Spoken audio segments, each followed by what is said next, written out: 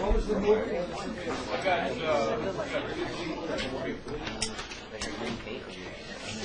I think that was an incidental deal.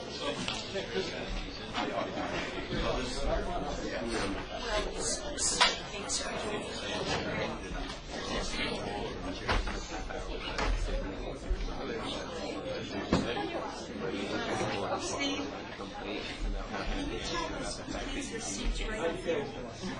Hey guys, we do have some seats up here if you want to sit down. 3 up right here in the front yard, in the front row.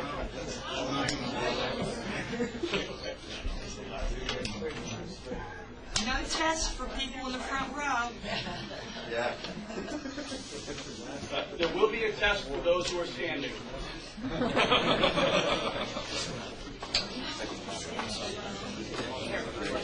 There might be one more question. Are we ready, Rob? I'd like to call this meeting of the Ledyard Town Council to order. Please join me in the Pledge of Allegiance. Allegiance to the flag of the United States of America and to the republic for which it stands, one nation, under God, indivisible, with liberty and justice for all. Roxanne, would you call the roll? Mr. Allen? Here. Here. Mr. Nebraska? Here. Mr. Eichenberg? Present. Mr. France? Here. Mr. Forty? Here. Mr. Marshall? Here. Mr. McGrath? Here. Mr. Soms? Here. 9 here, 0 absent. At this time, I would ask if there are any residents or property owners who would like to speak before the council. And due to the length of our meeting, I am going to limit all comments to 3 minutes or less. Anyone? Yes, sir. Larry Helfrich, 26 Cliff Road, Stonegate Village. I wish I had more time, but I want to just go over basic history of what's been happening at Stonegate Village. We all know that the present owner, Garden Homes, took over in summer 2009. They promised us what we were supposed to have and the exception from the Fair Housing Act, and quoting them, we will do anything possible to make it continued residents comfortable and enjoyable. That was followed by another meeting, with the president, in which we had quite a dispute because all he wanted to do was bring in low-cost housing, not affordable housing, low-cost housing, and we weren't too happy with it. But his final words were, either we do it the good, easy way or the hard way. In 2010 or 2011, he sent us he made a generous offer to remove the age restriction. I mean a generous offer, and it was turned down. And one of the reasons why it was turned down, it required everybody's approval. Quoting there, in a letter to us, he says, quote, does Garden Homes need my consent as owner of the, to remove the age description? The answer is yes. Does Garden Home need the town consent to remove the age description? Yes. We need both the home owners and the age description. So what they do, they went ahead and they applied to get rid of the age description and put in affordable housing. The zoning board said, okay, you can have affordable housing, but the age restriction stays. And we all agreed with that. Now, affordable housing in a new project could be anything, but affordable housing in a place that's under construction must conform to the other buildings because you cannot separate them, you cannot identify them. Well, they weren't satisfied with that, so they came back and they want to sectionalize it and make it age restriction, but use all the facilities of Stonegate Village, and that was turned down. And as a result, they threatened to sue, and they held the age restriction as a bargaining chip. Unfortunately, the Planning and No Zoning Commission ruled in favor, as did the judge. But one of the things that really bothers me on this whole deal is everything was done in secret, behind closed doors. Public was not allowed to speak on that particular topic because we had no public hearing. It also bothered me that in the last case before the judge, I really was completely annoyed or mad when the town's lawyer, who I have great respect for, said that the proposal was the best for the residents. Now, I don't know about that. Somebody in government telling me what's best for me. I don't think anybody thinks I'm senile, I can't make decisions, and yet we have the government telling me what's best. So, in return, and to finish this up, I'm writing a letter to Mr. Mike Sherry, and I'd like to just read it very briefly, and I'll give him a copy of it so I don't have to mail it. Since the P&Z approved the third Garden Homes proposal, which will affect the composition of Stonegate Village and the lifestyle of its residents, we would like the answers to the following questions. 1, why did the P&Z not allow public input or public hearing when there are 23 Stonegate residents who signed a petition opposing the proposal? And by the way, they would not accept that proposal at the June 13th meeting. What are the reasons for accepting the proposal? I think, as residents, we should know why we were being, I can't use that word, why this was done to us. Third, since the lease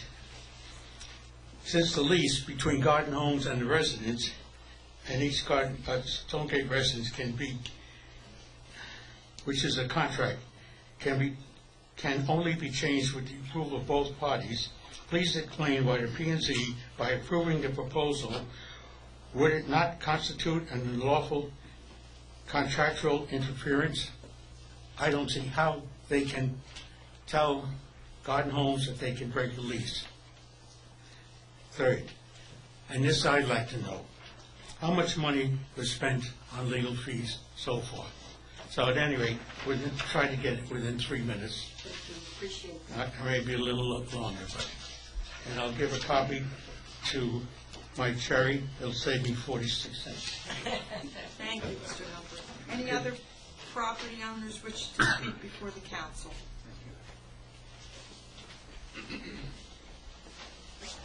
Eric Schweister, 10 Huntington Way. A few months ago, I mentioned that the Ledyard's Plan of Conservation and Development is coming up for a major update. I also mentioned that, in my opinion, the Plan of Conservation and Development can be interpreted any way anyone wants to interpret it. It can be interpreted as pro-affordable housing, pro-residential development, pro-open space, pro-commercial, pro-farming, pro-senior citizens, pro-low taxes, pro-more infrastructure, it's so vague that you can make any interpretation you wish. The Plan of Conservation and Development is, for practical purposes, the long-range plan for our town. Decisions that are made now are going to have a tremendous effect 50 years from now, 40 years from now. What I would like to see is a policy declaration from either this council or from the citizens in the form of a referendum as to what direction do we want this town to go. The POCD is not clear in that. And I do not think there's consensus if we should have enhanced development, which was the purpose of merging the Planning and Zoning Commission, was to enhance development. I do not, perhaps it is. We won't know unless we have a referendum. Do we want to encourage affordable housing?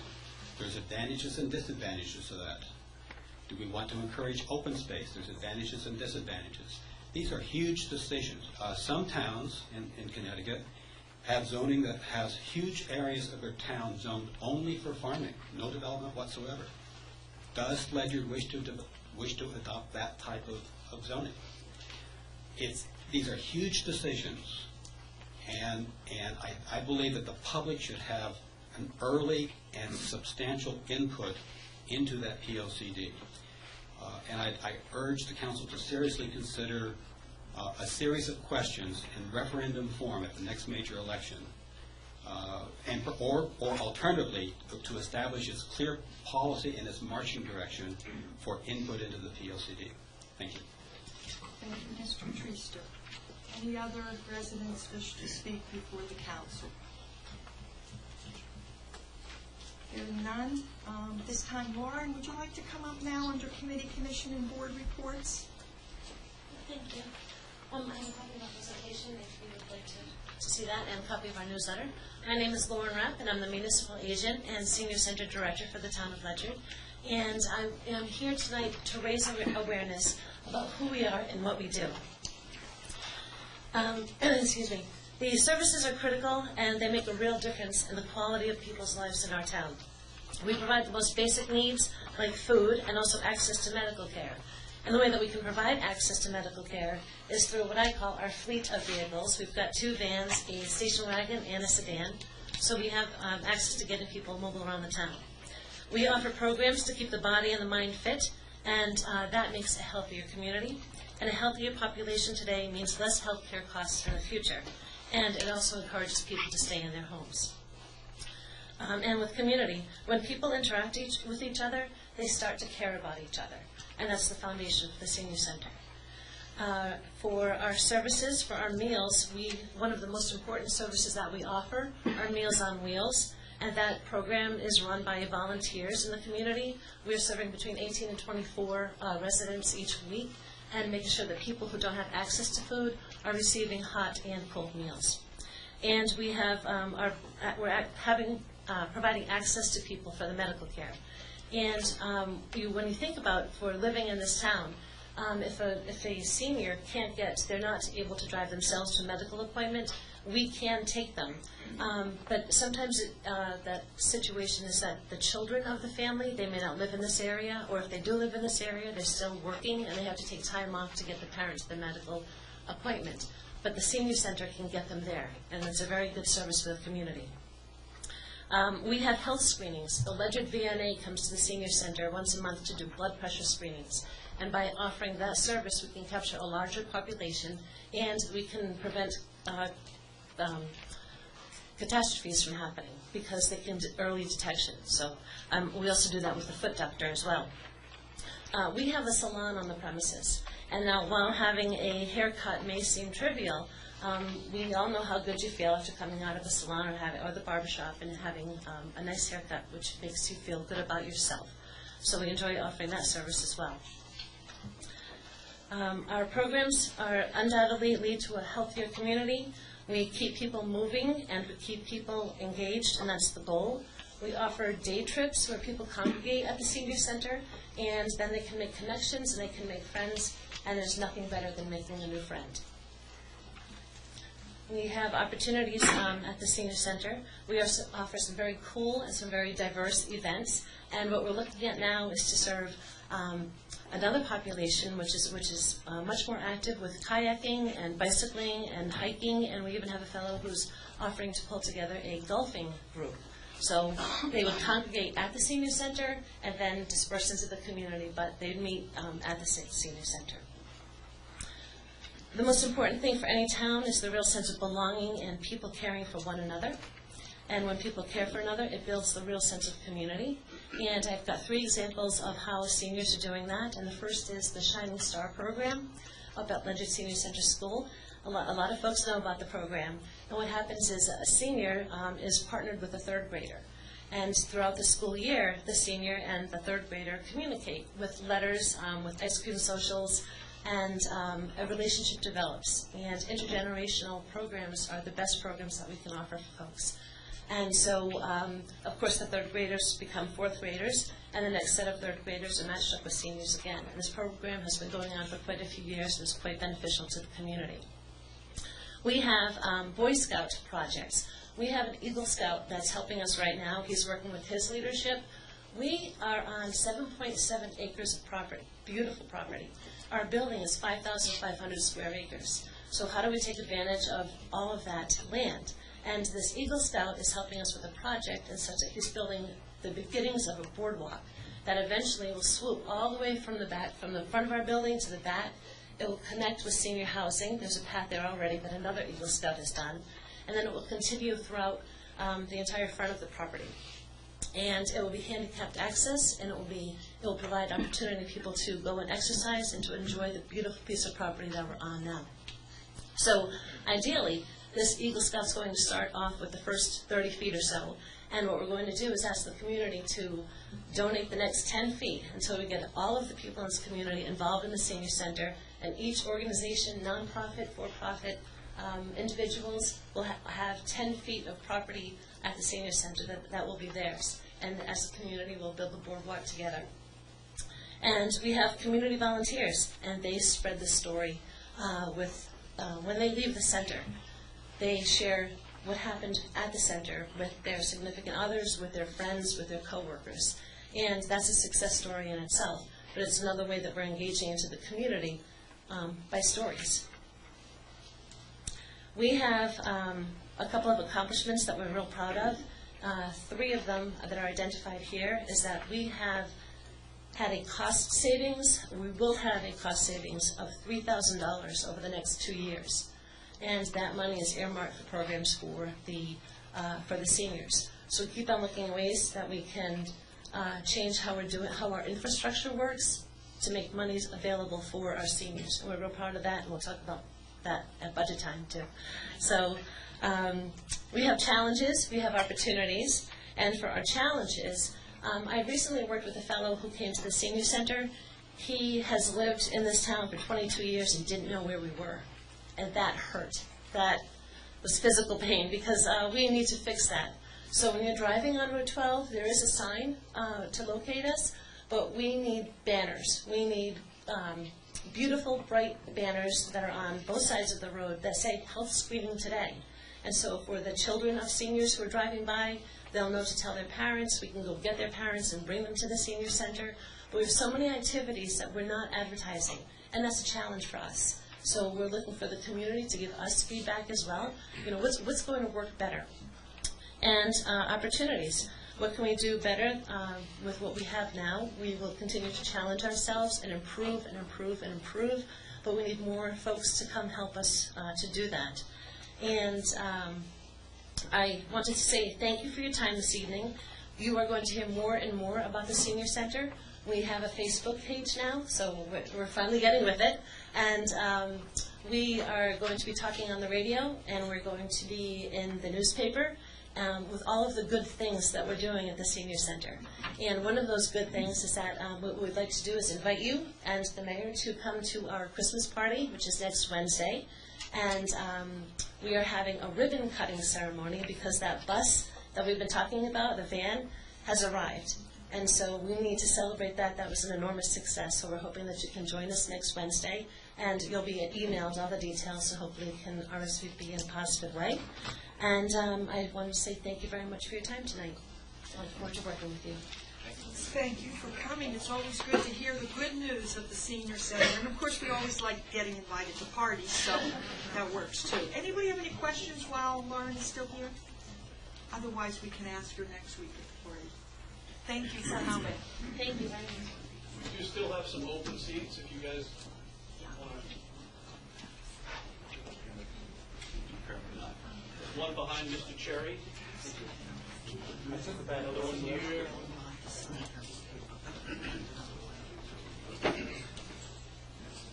Any other committee, commission, and board reports?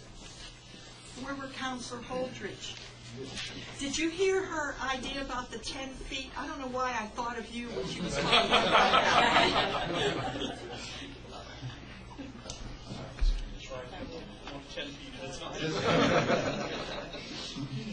This is what I think is the final report of the Blood Point Preston Trail Committee. This committee was formed in 2008, and some of our members are here. We've been meeting ever since. Barbara Kill, Karen Parkins is here, Keith Parkins is also here. Tom Yankee is on our committee, but he couldn't be here tonight. Anyway, the committee was formed by a joint resolution of the legislative bodies of Groton, Ledyard, and Preston.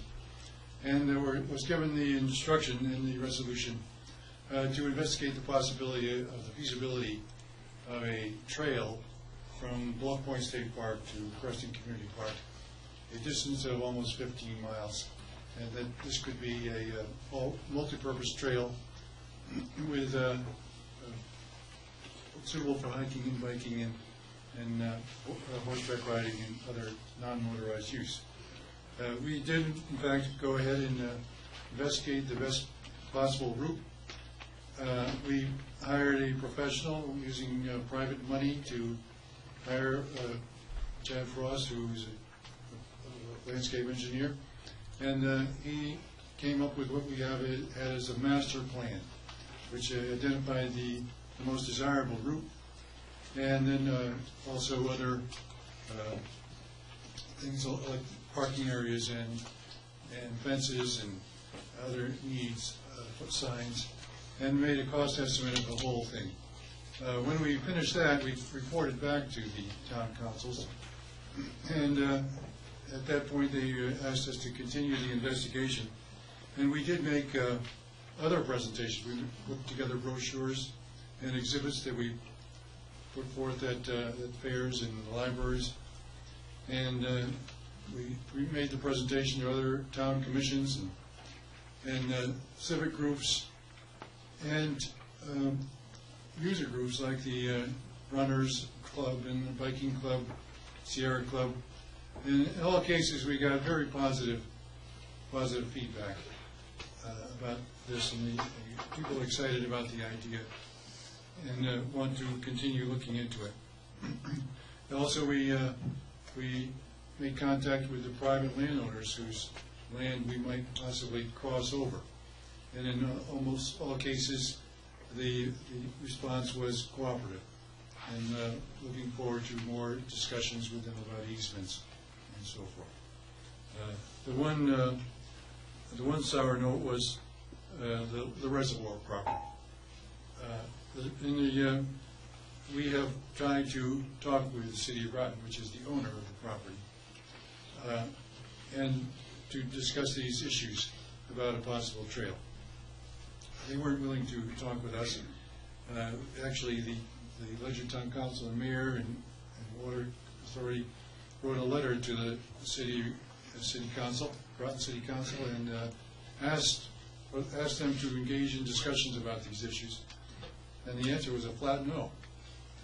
No discussion. Well, this was disappointing at first, but we've managed to keep the discussion going by having recently a panel discussion where we invited people from around the state with experience with reservoirs and trails on reservoirs. And these experts were quite positive, and we listened to, also on the panel was the director of Groton Utilities, Paul Gatko, who gave the reasons why they're saying no. But actually, we think that those reasons are pretty flimsy. Because when we asked the person who is the director of Connecticut Department of Health, who directs the section on water testing, she's been at that job for 25 years, testing reservoirs around the state. And we asked her, how many times have you had a water test where you thought that contamination was coming from recreational use on a reservoir? And she said, none. It's never happened in her 25 years that could happen.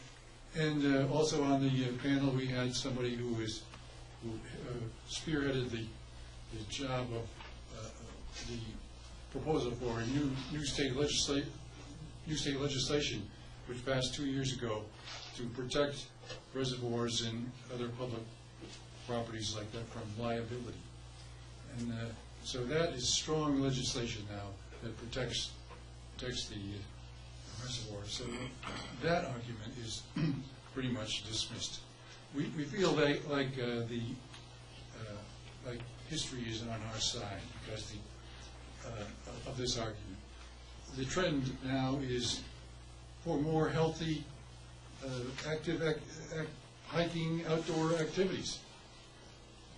Encouraging biking, and actually this is thought to be something that increases property values, and people look for these kind of things as they make a choice about moving into an area. They ask these kind of questions. And it helps the property values. More and more studies are being done that show that it increases the property values and encourages economic development. And so we're going to win this argument.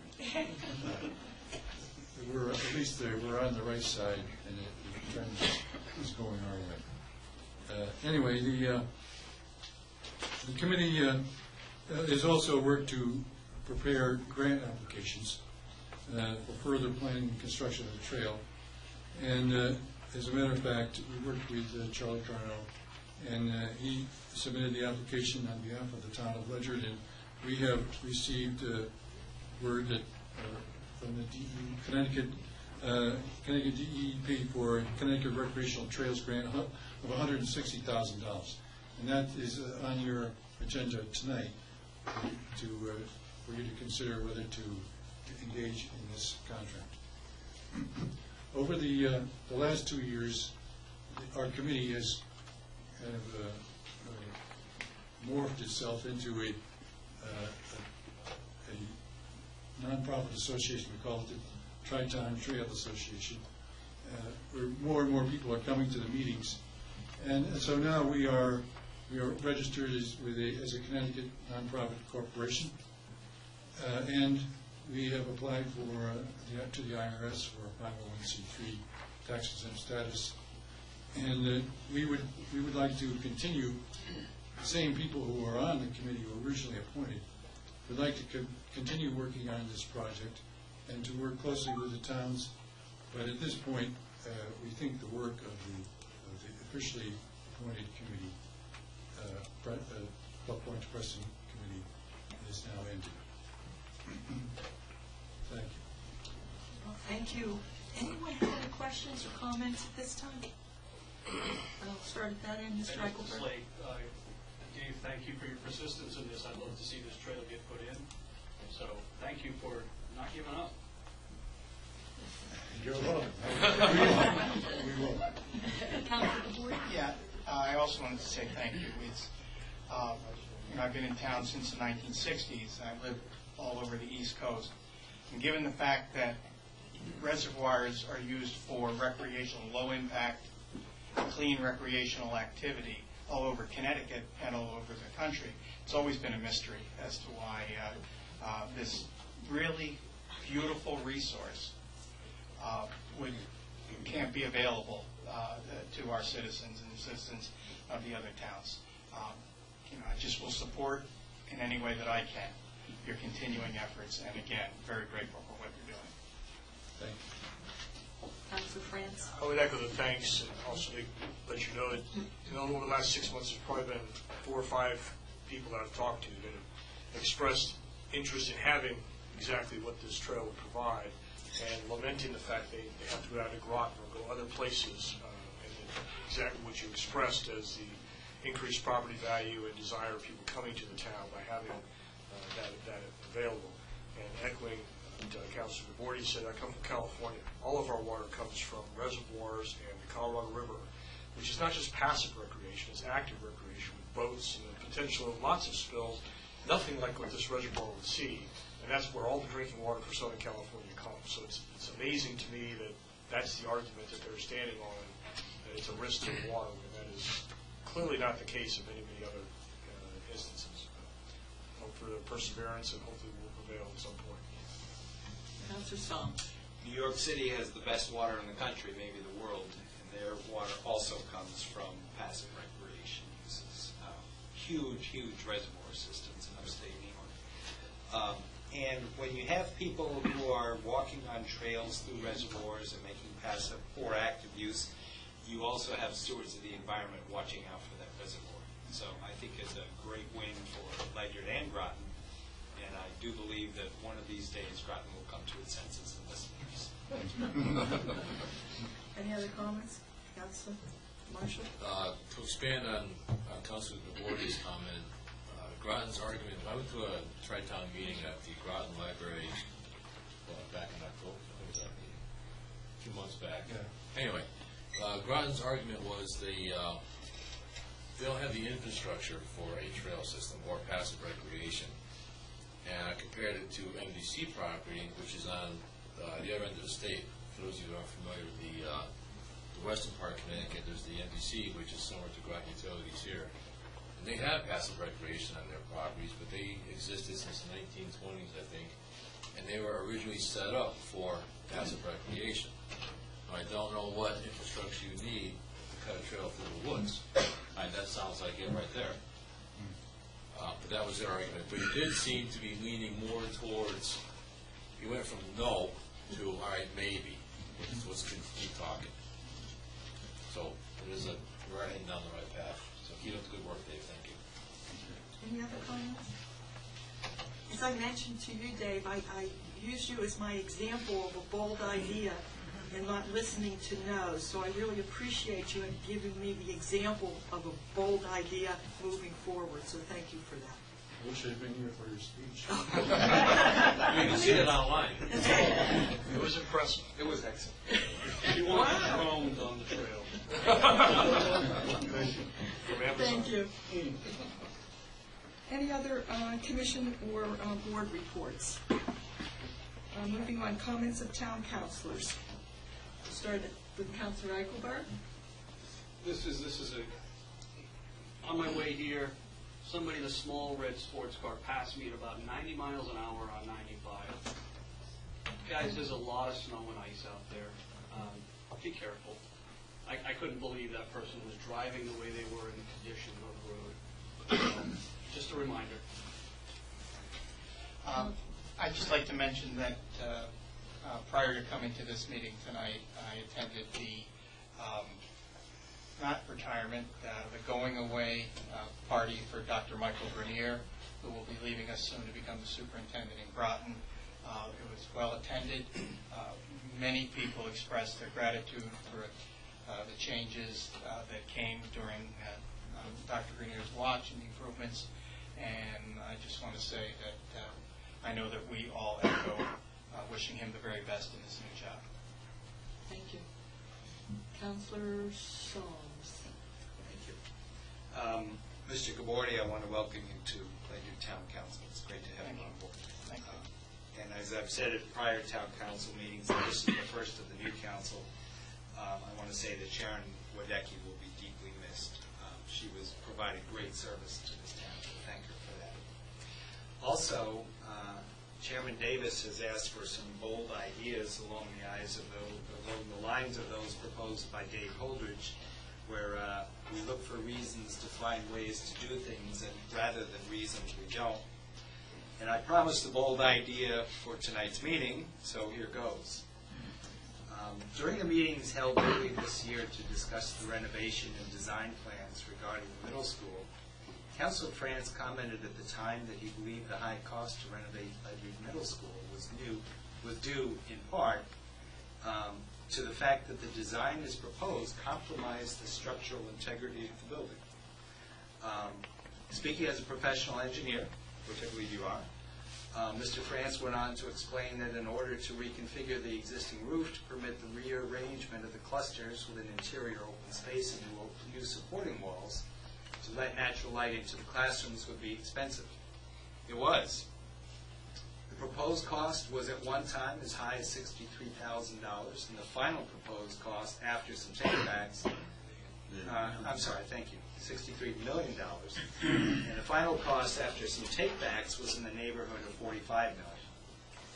It's my belief that the rest of the high cost was driven by the fact that demolition, construction, and renovation would need to be undertaken around the school operations schedule, meaning start, stop, work quickly to meet deadlines, and continually change the pace and the focus of the work according to school calendars in order to accommodate school operations.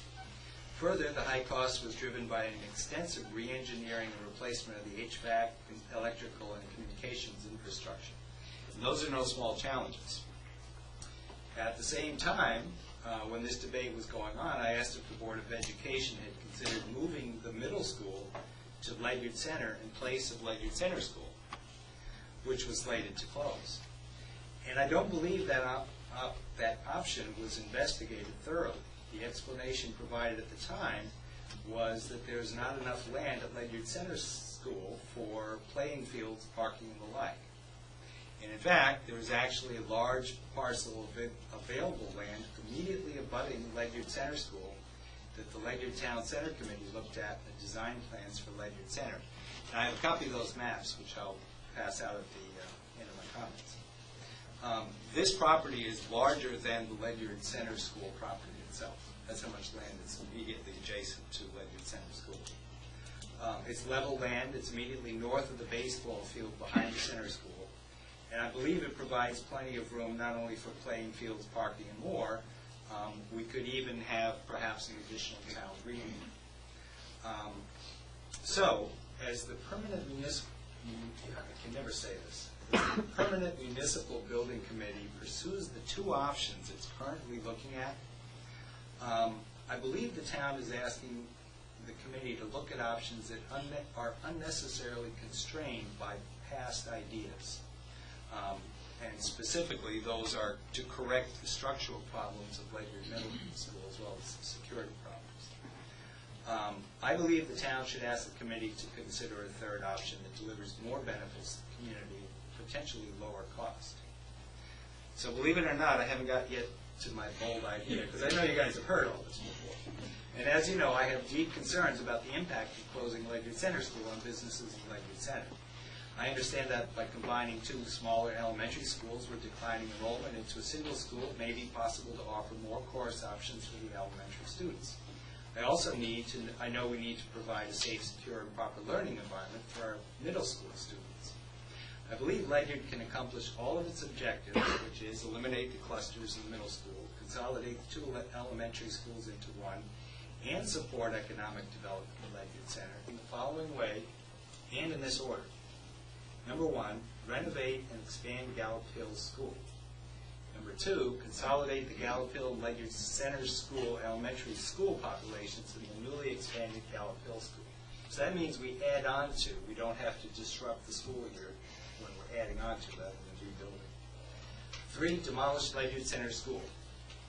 4, build a new Ledyard Middle School in Ledyard Center at the site of the former Ledyard Center School. Acquire the parcel adjacent to the north side of the Ledyard Center School property and build playing fields, parking, and perhaps even add a town green. Move the Ledyard Middle School students into the newly constructed Ledyard Middle School in Ledyard Center. A lot of Ledyards here. And finally, convert the former Ledyard Middle School into a long-awaited community center for Ledyard, operated by Parks and Rec using a fee structure. I believe the potential benefits are as follows. 1, expansion of Gallup High School, Gallup Hill School, and building a new school in Ledyard Center would cost less than one or both of the other two options. 2, no impact to school calendar or construction costs by rebuilding the school in active use. 3, transportation costs to a centrally located middle school may be less than transporting students from all over town to one side of town, as we presently do for Ledyard Middle School. 4, Ledyard will have a brand new school in Ledyard Center while economic development is preserved, if not accelerated. 5, Ledyard will finally have a community center with a gymnasium and meeting space, large and small, requiring no new construction or renovation, operated as a self-sustaining service through the traditional excellence delivered by Parks and Rec. And I don't know if many people know this, but Parks and Rec is for the most part self-sustaining through fee-based programs. So we're not talking about paying to build a community center. We're just using a school that already exists, and we're offering services to the residents that are paid for these services. And just as an example of one of the things we could do at the present Ledyard Middle School, my daughter and a lot of other kids in the 6th, 7th, 8th grade, and I think even younger, participate in indoor soccer in the wintertime. There are 2 sessions a year, and there are a lot of Ledyard kids going, and we, as parents, transport them to an indoor soccer center in Waterford. There's a new one in Norwich now. This is the kind of thing you can do when you have a senior center, not a senior center, a community center, which is supported by fee-based services. So, the above plan has not been given serious consideration to date, and we do not know the cost of implementing it. I believe it has the potential to accomplish all of the objectives set before the Permanent Municipal Building Committee. Without knowing the cost to implement such a plan, I do not think we're giving the Ledyard taxpayers a fair choice in how the taxes will be spent. So, I would like to request the council's support for having this third option considered. Just evaluate the cost. I'm not saying push it. I would like to consider it as a third cost and have that presented along with the other 2 options to the voters. Thank you. Well, that was bold. That's the bold one. I like that. That's bold. Very good. Okay, so here's what I'm going to suggest that we see. One of the, okay, I'm going to be real careful here, not just come up with negative things. Right. I want to just be practical. Right. You see, the train's already heading down the track. So my thought is I would like to refer this to land use to lay out your proposal and then bring it back to the council for a vote. However, you probably ought to meet, maybe special meeting to discuss the idea because it's 3 weeks, 4 weeks is kind of late. Mr. France. One comment related to that is one of the things that the architect has to do as part of the project is look at building new in the middle school, as well as the elementary schools that they're going to renovate and expand. So that is part of the cost. One of the architects presented a plan during the bid process to build new on the field area and then demolish the existing school and put a field there. They thought that it might be cheaper to do that. And at their notional 50,000-foot view level, they presented a dollar figure that it might be. Excellent. But as part of the process, in order to go to the state, they have to show what a new building would cost. So it is not tremendously outside the scope to do what you're talking about. They only looked at the field adjacent to the existing middle school. If we propose another alternate location as a possibility, that may be something that could be pursued to look at. But just to let you know, you have to look at that anyway. Yeah, that's good to know. So, it is something that's tremendously outside the scope of what was in the existing RFP. And the beginning parts of that are what's part of the RFP already, is that you have to add about 11 or 12 classrooms to Gallup Hill School to keep that one open. You would need to renovate as new the existing building, but I'm not sure how the timing of that would work. But just to let you know, it is not too far outside the scope. The train has left the station, but it may be as simple as letting them know there are alternatives within the town. And I know we've had just general discussion with the building committee about that for a location of a new school. So. And I kind of thought my way through this and considered if we referred it to land use, but I kind of had in mind that we take what studies are already in existence, get some expert opinions, come up with what we think the cost would be for option 3. And if it's not reasonable, then we strike it.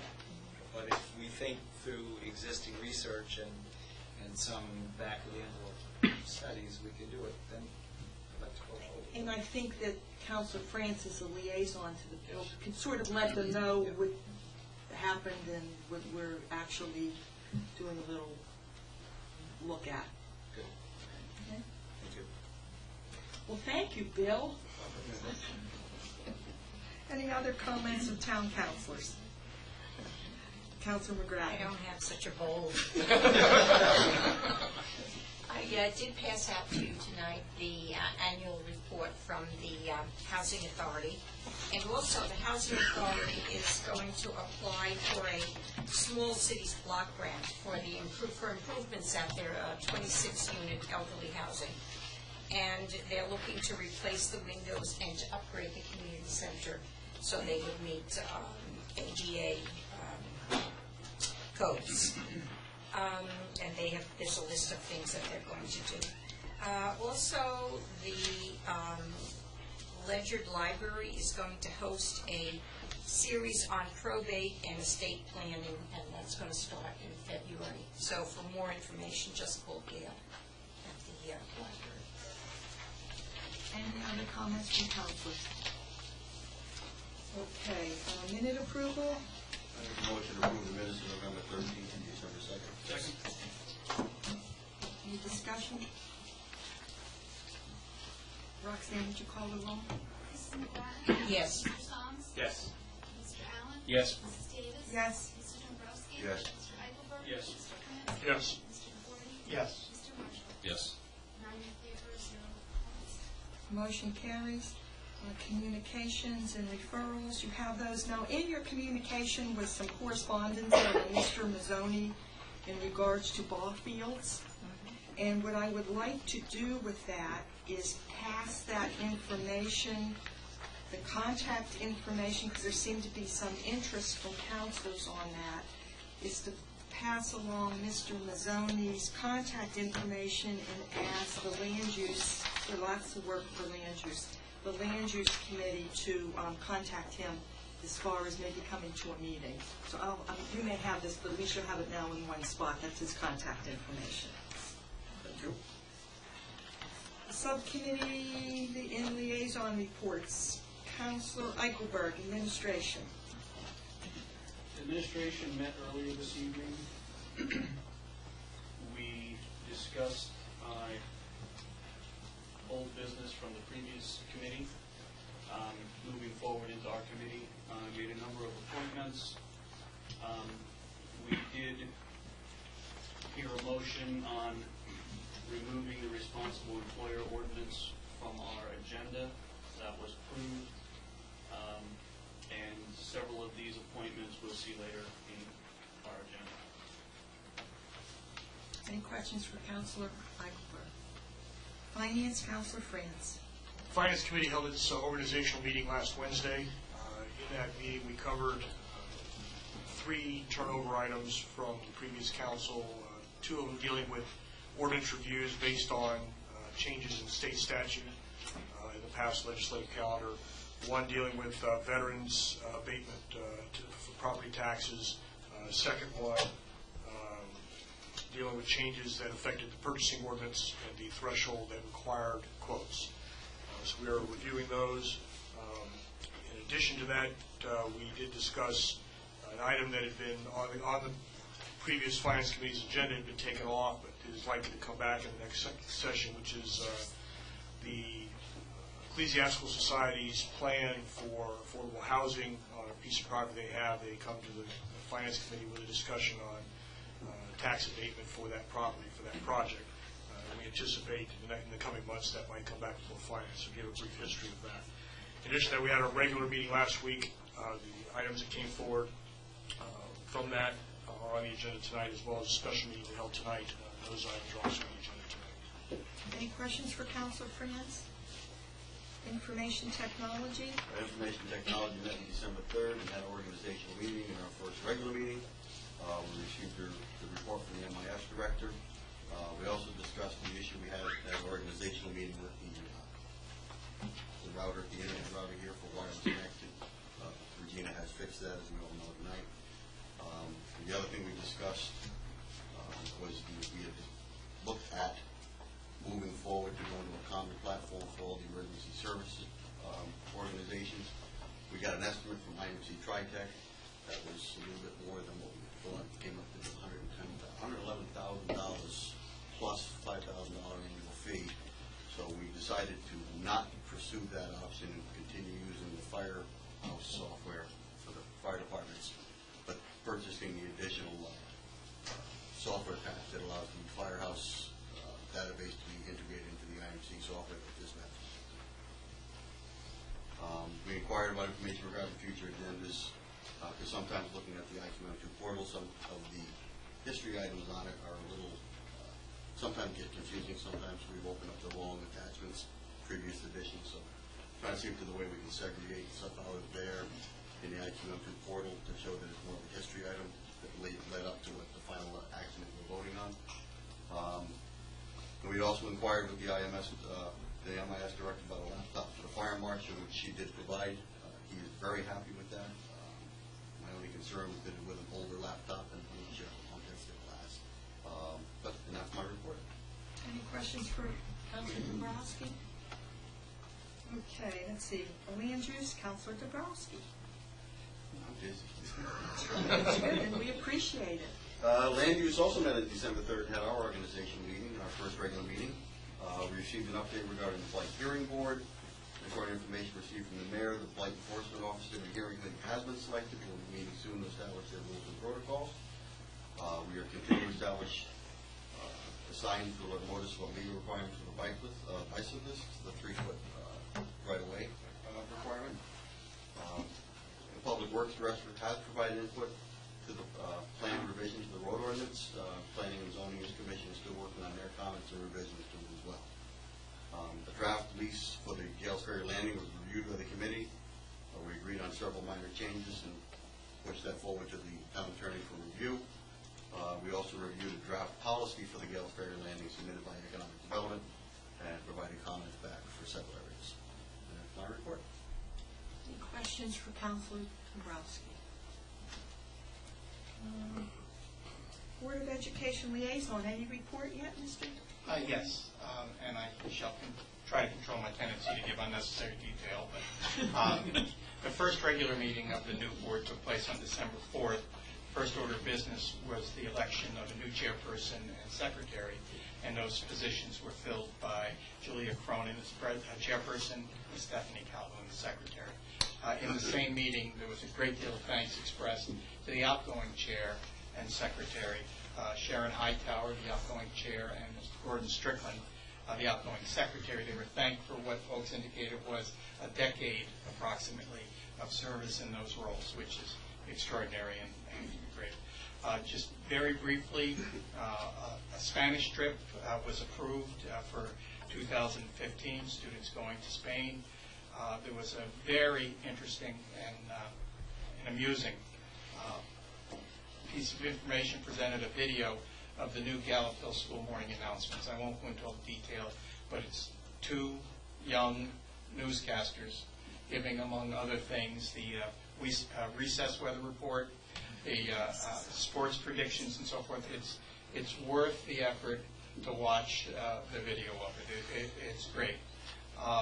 Board members expressed a lot of praise for a number of aspects of our district. In particular, they pointed out a thank you to LEAF for their ongoing commitment to technology, including the recently added iPad mobile app. They do a great deal, as we all know. Regarding agricultural sciences and technology, the advisory board met, and this includes representatives from all of the sending towns, typically around 12. They noted that the enrollment in the LHS program continues to increase, and this has been one of the reasons that while student population has been decreasing throughout the district, the high school population has not been decreasing. That's because of the ever-increasing number of applications for our Ag Science program. One thing that I think is worth noting is that that program, Ag Science, received a huge grant, as they said, from the Food and Drug Administration to raise awareness and fight hunger. And our high school program became the only school in the nation to be designated certified humane in its food production, which is just a very wonderful thing, of course.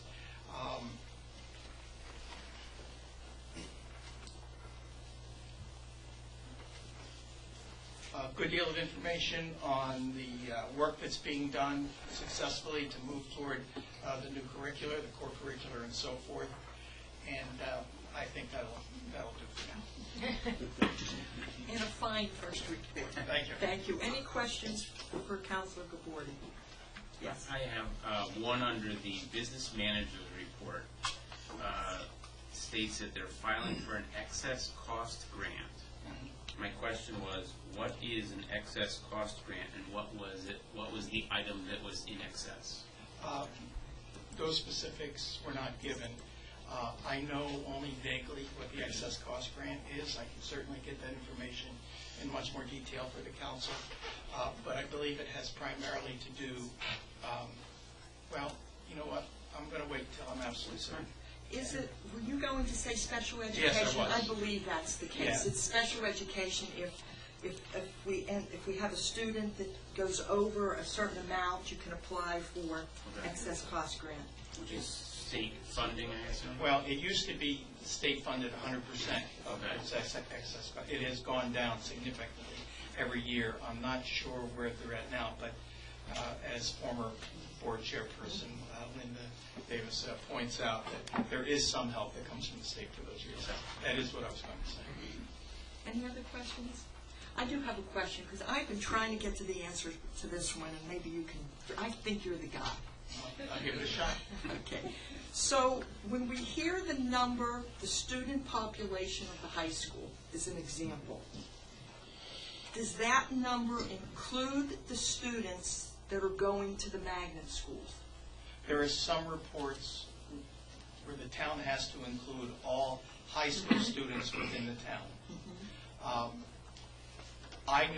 Any report I submitted on the current student enrollment did not include, I was principal at Ledyard High School until a couple of years ago, just at that point, did not include those other students going to tech schools, magnet schools. So I can't say exactly what the board has been submitting, but to the best of my knowledge, it does not include that. Okay. So I guess when we get something, then we just need to know what, we need to follow up and say, does this particular number include, because for some reports it may include them, and other reports it may not. I think it's a question worth asking. Okay, thank you. And I will follow up on that. Great, thank you. Any other questions? How many children go out of district, go to the different schools, like the magnet school? Yeah, I had a report on that. I mean, a number Number of months ago. 35, 40? No, it was substantially more than that. Oh, If I okay. put my fingers on it, I'd tell you. Oh, okay. But it's a pretty substantial number, and the challenge is that it's a fairly dynamic number. It's fluctuating up and down substantially.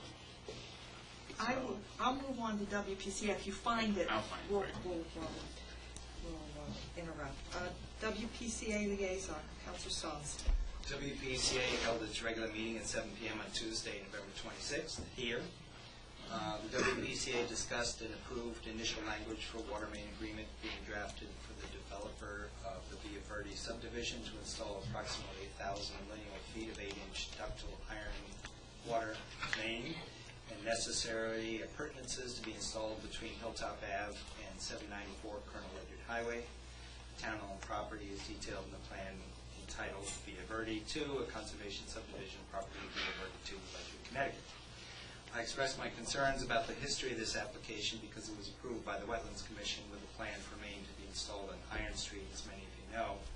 Subsequently, the developer obtained relief from the WPCA by asking the town to change its service area, giving up 3 houses to the Southeastern Connecticut Water Authority, which the town agreed to with the understanding that the development along with Hilltop and Stevens Avenues would be served by main to be installed by the applicant on Iron Street.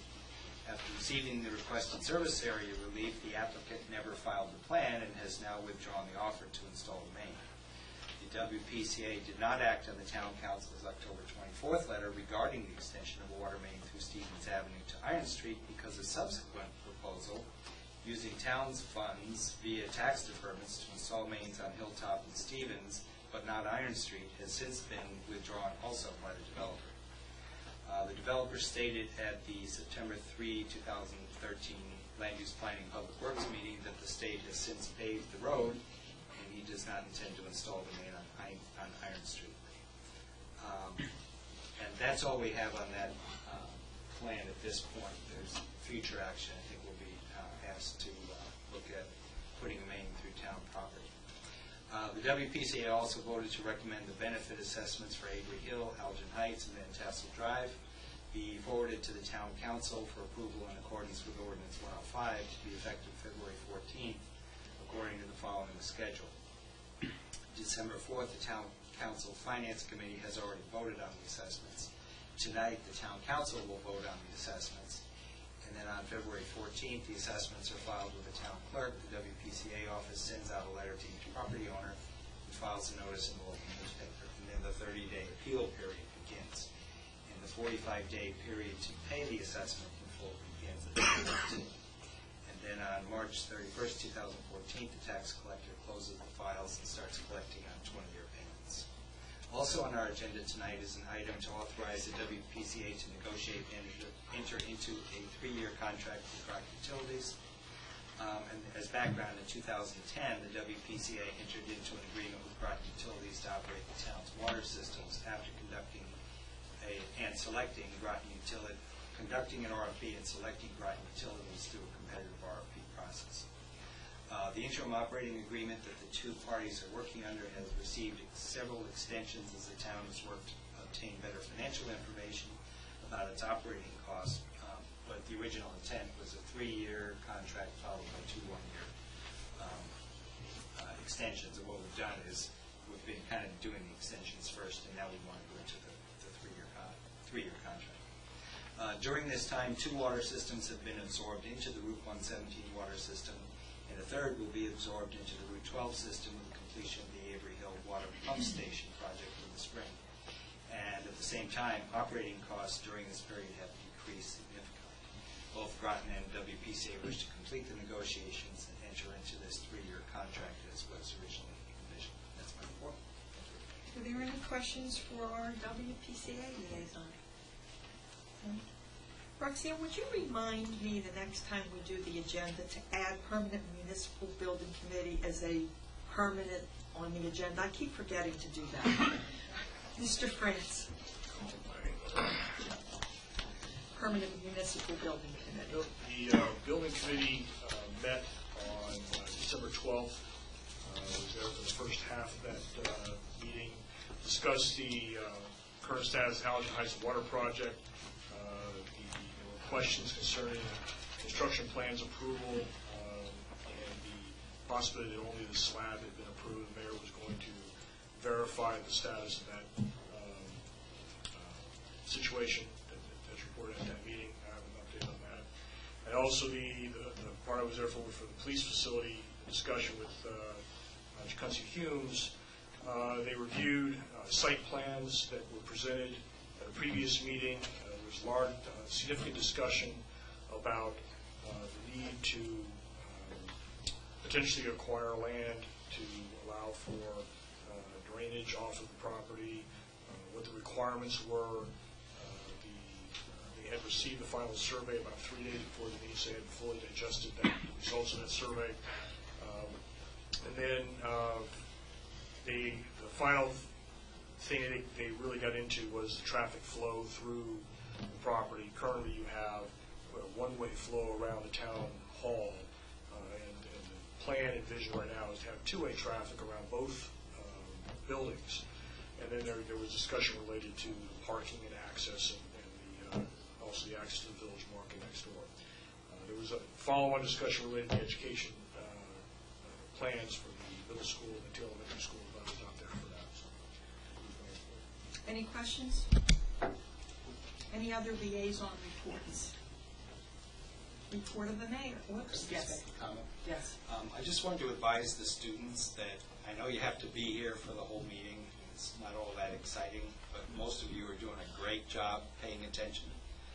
It's a very full room, but if you're not paying attention, and there are some kids here who have been sitting here talking for an hour, it's now 8 o'clock.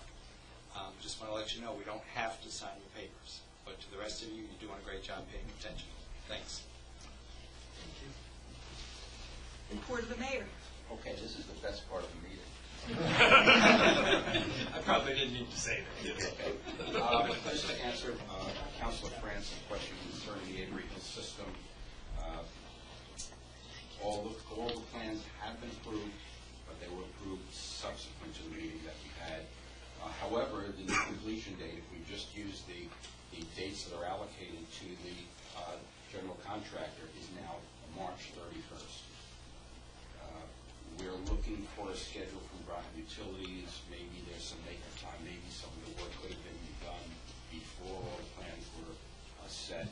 Unfortunately, we were kind of joking. Unfortunately, we joke about it now.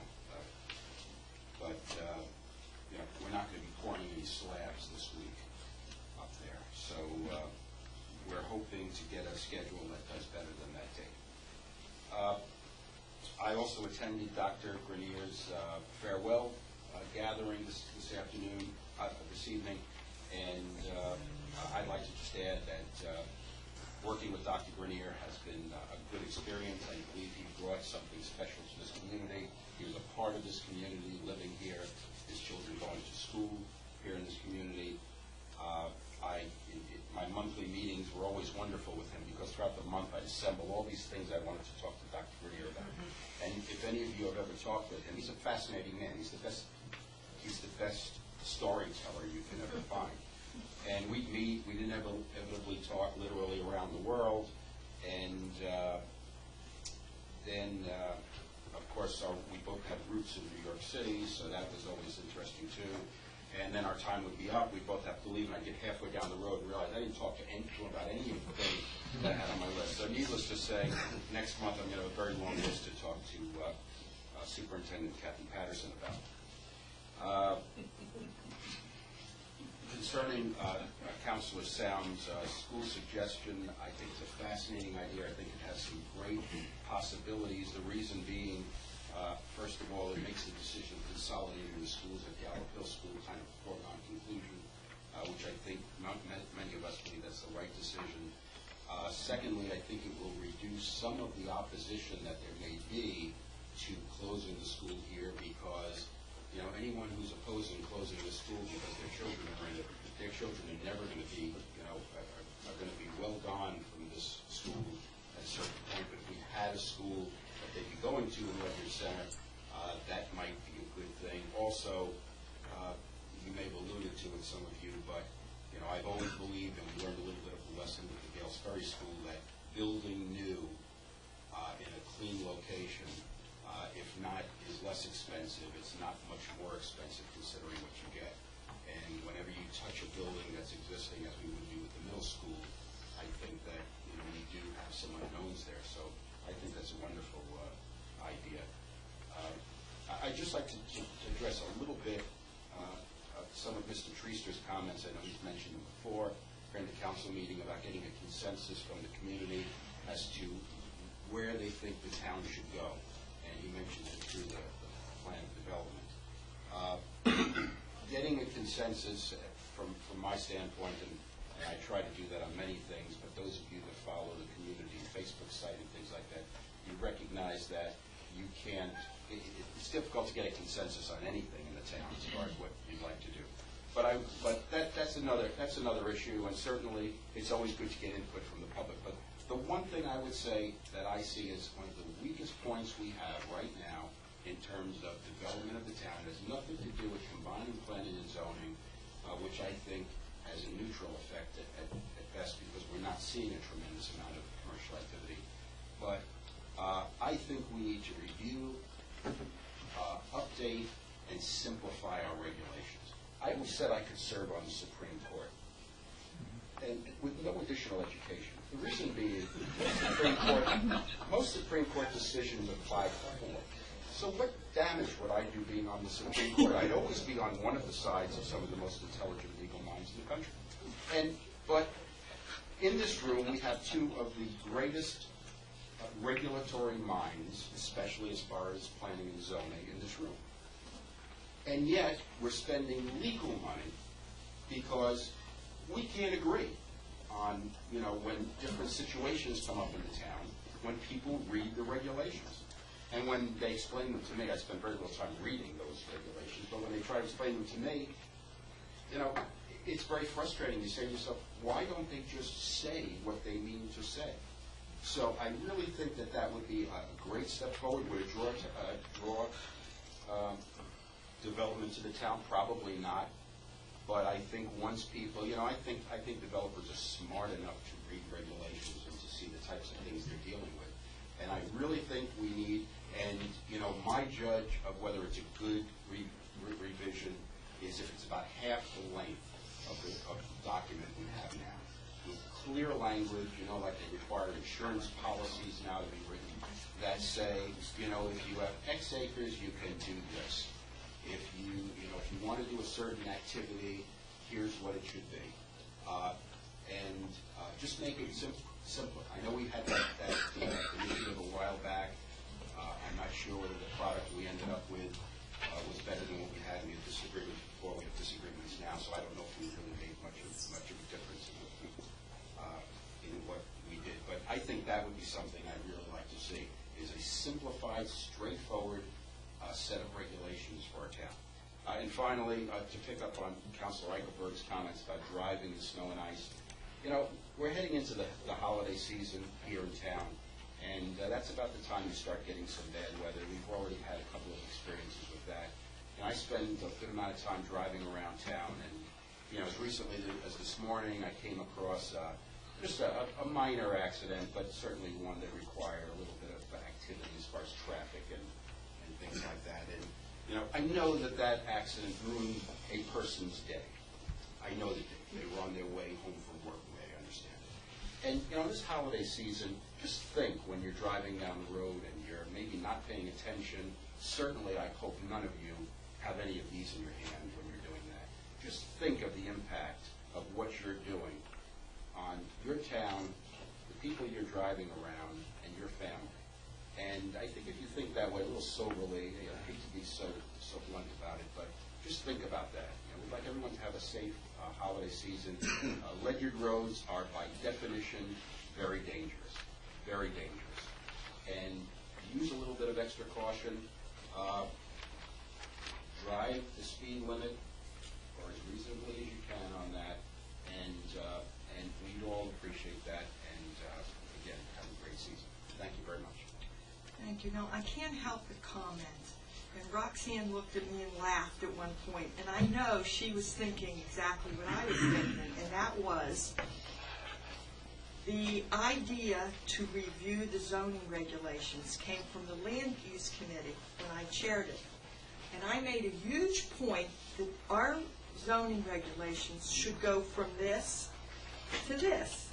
She remembers me talking about it. And instead, after we had the 2 years and lots of money spent to review the zoning regulations, we went from this to this.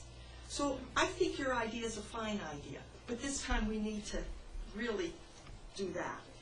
So anyway, any other questions for the mayor? 2 comments. First of all, I'm looking for those 2 great minds. One's up there on the end. And the other one's in the front row. Secondly, this goes to Chairman Davis's comment. I was part of that rewrite committee, and as part of that committee, we attended a zoning rewrite workshop in Groton, where in fact the person who was giving the workshop said exactly that. Across the state, zoning regs are going from 4 inches thick to a ½ inch thick. They're getting very general, they're getting very broad brush, where in fact, as Linda said, we went from minutia to even more minutia. So I'm definitely in favor of pulling back some of that.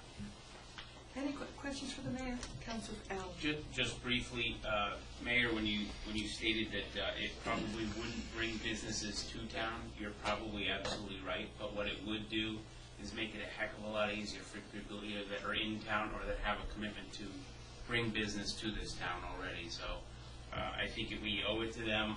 I've read them frontwards and backwards and sideways, and they're painfully difficult. We need to improve it, and you're spot on. Any other comments, questions or comments for the mayor? Councilor Dombrowski. No, I'm not saying a word. He is one of the great minds. Any other questions? Thank you, Mayor. Any old business? Would anybody like to amend the agenda under new business? Would someone make a motion? Move the consent calendar. Second. Motion made and seconded. Roxanne, would you call the roll?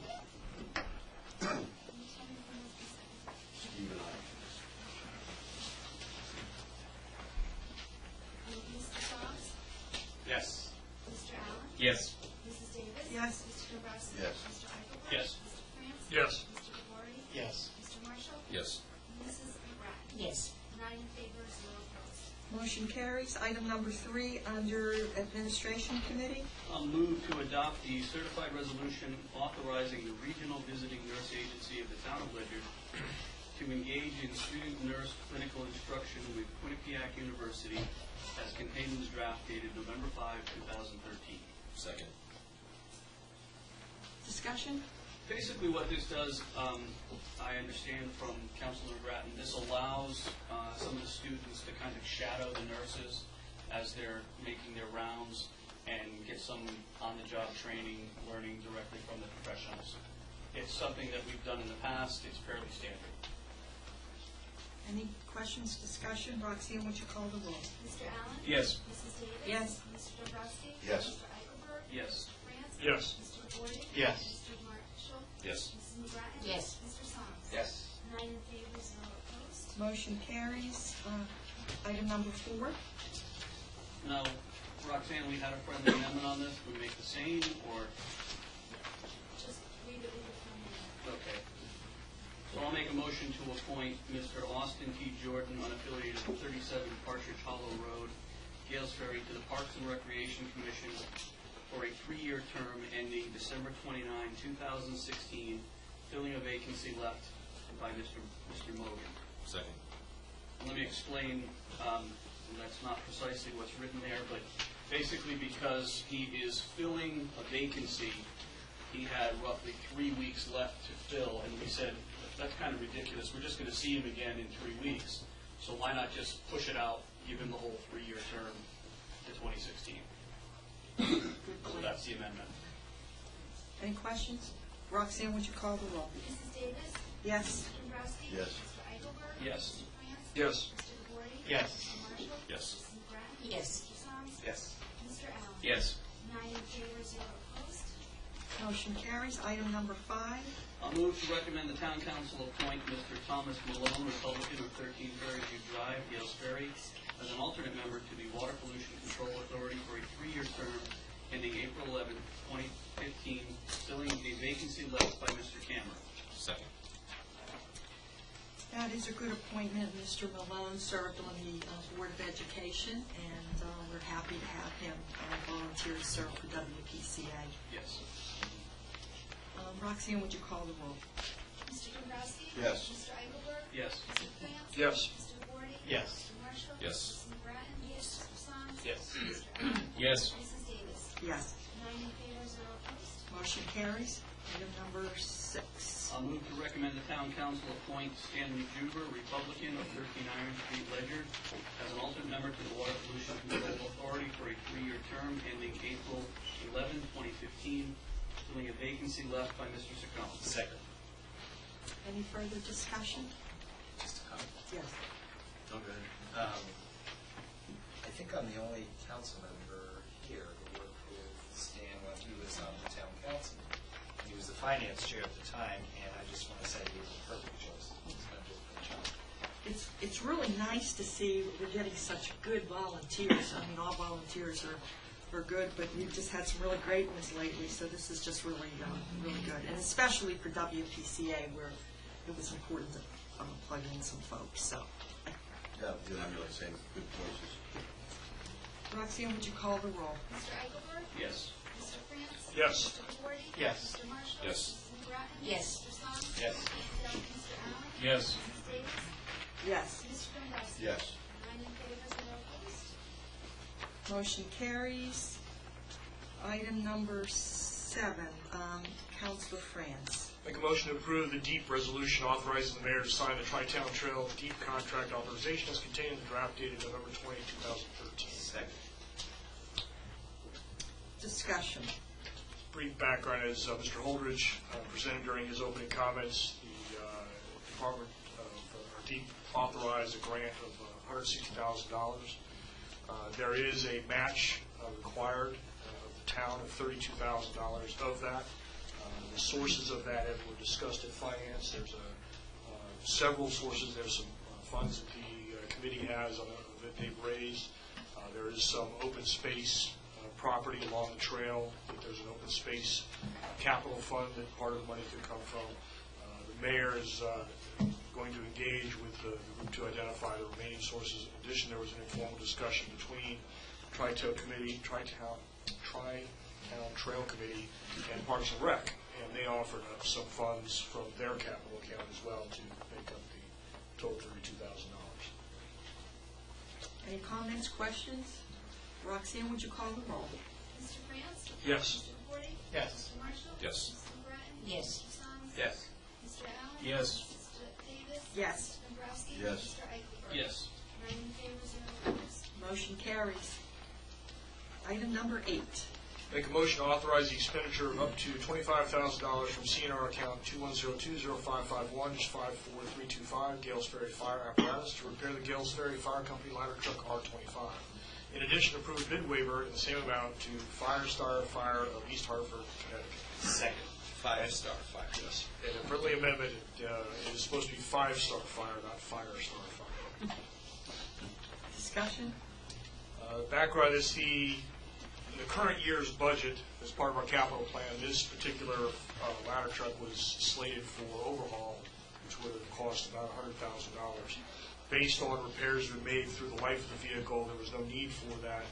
However, this basically the connection between the truck and the ladder had failed, and this $25,000 is all that's required really to envision get the truck to the end of its life. So it is a very economical way to bring the full capability of the truck back without expending the full amount that we had scheduled for this year. Five-Star Fire has done work for us. They, in fact, worked on this particular piece of the apparatus in the past. They are a very reputable company and has worked very well with the town previously, so recommend it later. Any questions? Yes, Mr. Eichelberg? Just for purposes of comparison, and perhaps Chief Saccone can answer this, what would we be looking at for the cost of a new ladder truck? Today's cost for replacing kind would probably be about $650,000. Okay. Roxanne, would you call the roll? Mr. Marshall? Yes. Mr. Bratton? Yes. Mr. Song? Yes. Mr. Allen? Yes. Mrs. Davis? Yes. Mr. Dombrowski? Yes. Mr. Eichelberg? Yes. Mr. France? Yes. Excuse me. Yes. There's an item that did not get into the IQ portal for finance. It was the motion to approve the appropriations for the surplus equipment. Okay. It was in the consent calendar. Oh, okay. Sorry. I thought I was losing my mind. Okay. No, not this time. Maybe later.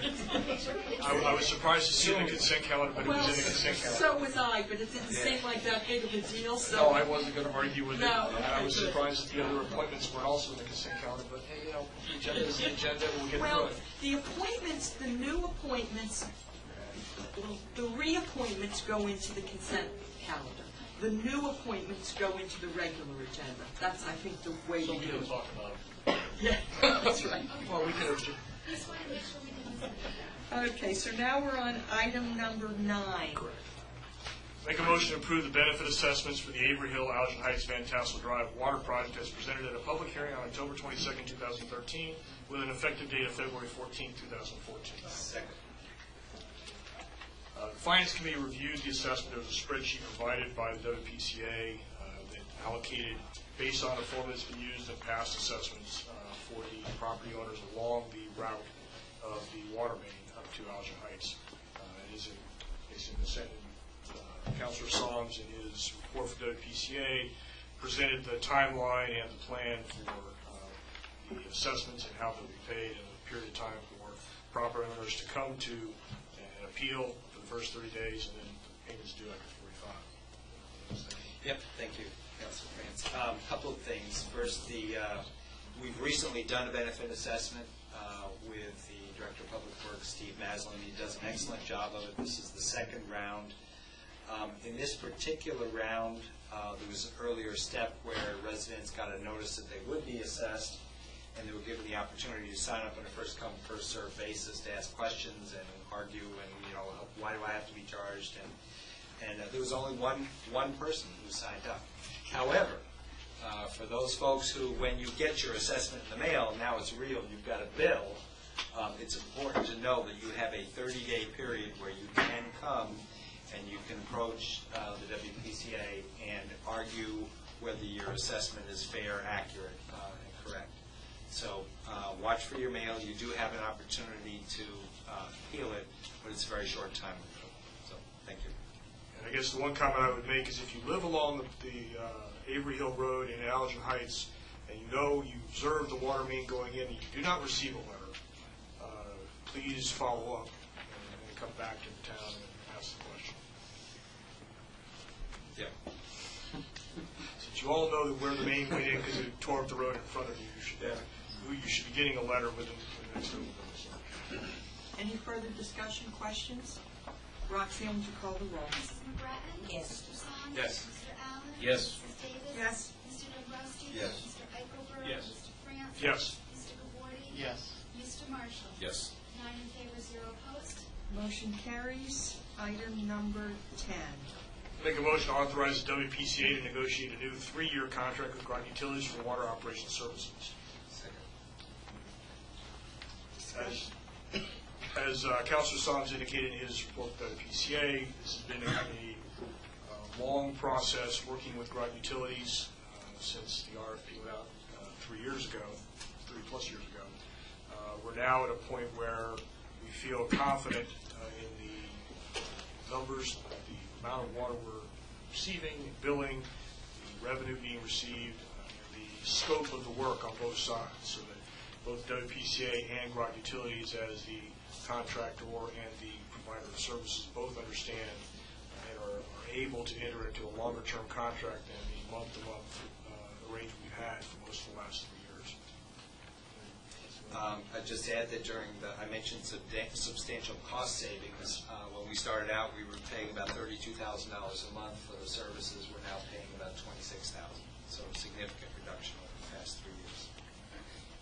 Any further questions? Roxanne, would you call the roll? Mr. Soms? Yes. Mr. Allen? Yes. Mrs. Davis? Yes. Mr. Dombrowski? Yes. Mr. Eichelberg? Yes. Mr. France? Yes. Mr. Gabordi? Yes. Mr. Marshall? Yes. Mrs. McGrattan? Yes. 9 in favor, 0 opposed. Motion carries. Item number 11. Make a motion to prepare and approve the letter of directive to the mayor for the preparation of fiscal year 2014-2015 budget. In addition, prepare and approve the letter of directive to the Board of Education for the preparation of fiscal year 2014-2015 budget. Second. I think it's pretty self-explanatory, but I would like to thank the Finance Committee for such good work. And I was able to give you full credit for your good work by changing it up a little bit and preparing a cover. So we did a little bit different, and I think it's good, and would like to thank you all for it. I know it's time-consuming, and thank you especially, Councilor France, for those great charts and graphs, and good work, really good work. I'd just like to add, too, as I've mentioned earlier, I think it was both letters, very well-written letters, and now I know who to give credit to. See? I told you. Okay, any further discussion? Roxanne, would you call the roll? Mr. Allen? Yes. Mrs. Davis? Yes. Mr. Dombrowski? Yes. Mr. Eichelberg? Yes. Mr. France? Yes. Mr. Gabordi? Yes. Mr. Marshall? Yes. Mrs. McGrattan? Yes. Mr. Soms? 9 in favor, 0 opposed. Madam Chair? Yes. Can I just add too that these letters are part of the public record now. I would encourage anyone, since taxes in the town are probably one of the most divisive issues that we have, please take a look at these letters. It'll help you understand what we're dealing with and how we're going to be making decisions moving forward on what our taxes are going to look like. Thank you. Add one thing, if you, after reviewing those and you have questions, please come back to the council, the finance committee specifically on what the issues are in there, or if you have questions on the Board of Ed, obviously see the Board of Ed for any question related to their budget. Good points. Item number 12. Oops, we didn't vote. Roxanne. No, you voted. Oh, I thought I was losing my money. We're just throwing you off by throwing comments in after the fact. Too much sugar. Item number 12. I make a motion to appropriate CTA CCSC grant funding in the amount of $7,000 received on May 10, 2013 to account 2101001573000, Town Council New Equipment, and to authorize spending of up to $5,000 from account 2101001573000 for the purchase of new equipment for live streaming in the council chambers. Second. Discussion. The town received a grant for purchase of live streaming equipment, cameras, things such as that, for the town meetings for both the Board of Ed and the town council. We have received a bid and a proposal of what equipment to purchase. Amounts to just under $5,000. It will enhance the ability of the residents to hear the meetings here in the town council. We have some issues with with where the microphones are, so the microphones in each station, so that the pickup will be better heard by the residents. Cabinet security. Yes. And also purchasing a cabinet to have the equipment be secured in here and locked up when it's not being used. Any further discussion, questions? Roxanne, would you call the roll? Mrs. Davis? Yes. Mr. Dombrowski? Yes. Mr. Eichelberg? Yes. Mr. France? Yes. Mr. Gabori? Yes. Mr. Marshall? Yes. Mr. McGrattan? Yes. Mr. Soms? Yes. Mr. Allen? Yes. 9 in favor, 0 opposed. Motion carries. Item number 13. Make a motion to set a public hearing date for January 8, 2014 at 6:30 p.m. to be held in the council chambers, 741 Colonel Ledyard Highway, to receive comments and recommendations regarding a proposed lease between the town and Bishop Seabury Anglican Church for space at the Gales Ferry Landing. Second. Motion's been made and seconded. Any discussion or further discussion? I'm just not sure what, make a motion to set a motion. I think we need a friendly amendment. To remove the second motion? Oh, okay, it's just a typo. Okay, Yes. all right. Really meant to be. I thought there was some protocol that I was unaware of. There is a secret handshake. I'll tell you. First meeting for a new person to see that. See mine awake. But it doesn't work with. Good job, Mr. Gabori. He's way too smart for us. They caught us. Yes. And in disclosure for the town, I happen to be a member of Bishop Seabury Anglican Church. Oh, well, come on. Roxanne, would you call the roll? Mr. Dombrowski? Yes. Mr. Eichelberg? Yes. Mr. France? Yes. Mr. Gabori? Yes. Mr. Marshall? Yes. Mr. McGrattan? Yes. Mr. Soms? Yes. Mr. Allen? Yes. Mrs. Davis? Yes. 9 in favor, 0 opposed. Motion carries. Item number 14. I move to cancel the town council regular meeting scheduled for December 25, 2013 for the Christmas holiday. Second. I'm sure there's no discussion. Roxanne, would you call the roll? Mr. Eichelberg? Yes. Mr. France? Yes. Mr. Gabori? Yes. Mr. Marshall? Yes. Mrs. McGrattan? Yes. Mr. Soms? Yes. Mr. Allen? Yes. Mrs. Davis? Yes. Mr. Dombrowski? Yes. 9 in favor, 0 opposed. Motion carries. Motion to adjourn. Second. This meeting is adjourned without objection. Students, you can come up now.